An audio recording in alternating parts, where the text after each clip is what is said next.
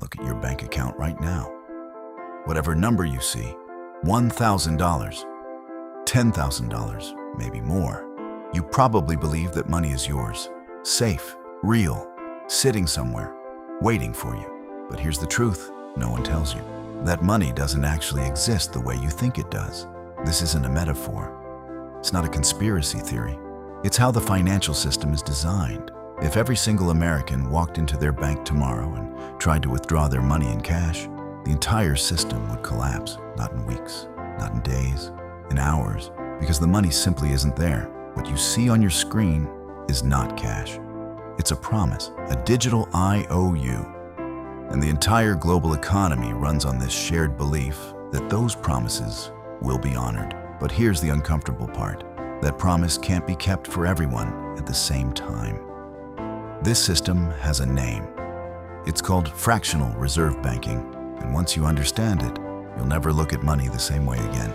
To understand this system, we need to go back in time, long before apps, credit cards, and online banking, back to medieval Europe. At that time, money wasn't numbers on a screen. It was physical. Gold, silver, coins you could hold in your hand. If you were wealthy, you didn't have a high bank balance. You had a chest full of gold, but there was a problem.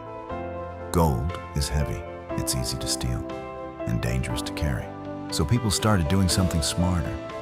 They deposited their gold with goldsmiths, craftsmen who already had secure vaults. In exchange, the goldsmith would give them a receipt, a simple piece of paper that said, "This person owns this much gold." At first, these receipts were just proof of storage. But then something interesting happened. People realized they didn't need to go back and collect the gold every time they wanted to buy something. They could just trade the receipt itself. And because everyone trusted the goldsmith, the receipt became money. This was the moment everything changed. Money was no longer tied to something physical. It became a claim, a promise. Now here's where the system takes a turn. The goldsmiths noticed something. Out of 100 people who deposited gold, maybe only 2 or 3 would come to withdraw it on any given day. The rest of the gold just sat there, unused. So they had an idea. What if we lend out some of this gold?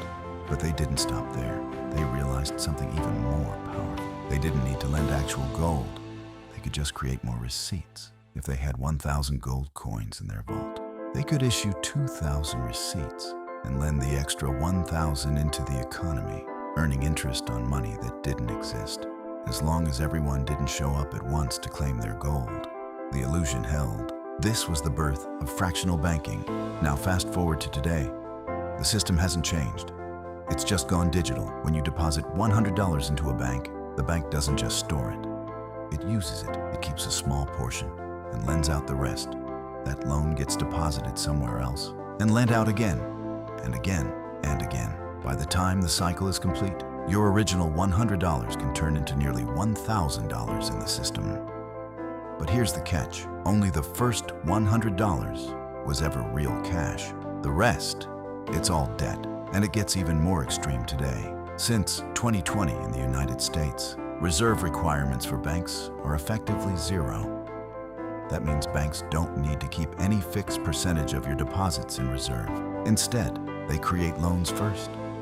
And those loans create deposits. When you take out a mortgage, the bank doesn't go into a vault and hand you someone else's money. It simply types new money into your account. That money exists because you agreed to pay it back. So what does this mean for you? It means the system has built-in consequences. The first is inflation. When new money is constantly created, the value of each dollar decreases. That's why prices rise over time. It's not just supply and demand, it's currency dilution. You're running faster every year just to stay in the same place. The second is permanent debt. Because money is created as loans, there is always more debt in the system than money. Why? Because every loan comes with interest, and that interest was never created, which means someone, somewhere, must always borrow more or default. The system can never fully balance. The third is concentration of power. Banks earn interest on money they created out of nothing. Governments use this system to finance spending without raising taxes directly. and asset owners benefit the most. Real estate rises, stocks rise, while wages lag behind. This is how the wealth gap expands. Not by accident, but by design. And when this system breaks, it always breaks the same way. 1929, the Great Depression. 2008, the financial crisis. In both cases, too much credit, too many promises, not enough real value. And when confidence collapsed, the system nearly collapsed with it. Each time, governments stepped in, printing trillions to stabilize the system. Because without this structure, the modern economy cannot function. So what does all of this mean for you? It means you need to rethink money entirely. First, money is not wealth. Your bank balance is not true security. It's part of a system built on trust and debt. Real wealth is different. Skills, knowledge, ownership of assets, the ability to produce value. These things survive, even when systems don't. Second, saving cash alone is not enough, because inflation quietly erodes its value. Over time, your money buys less and less.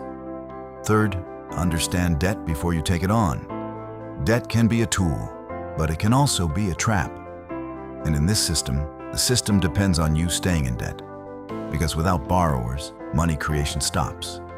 And if money creation stops, the economy slows down. Here's the deeper truth. The system needs your participation. It needs you to borrow, to spend, to believe. You are not just a user of the system.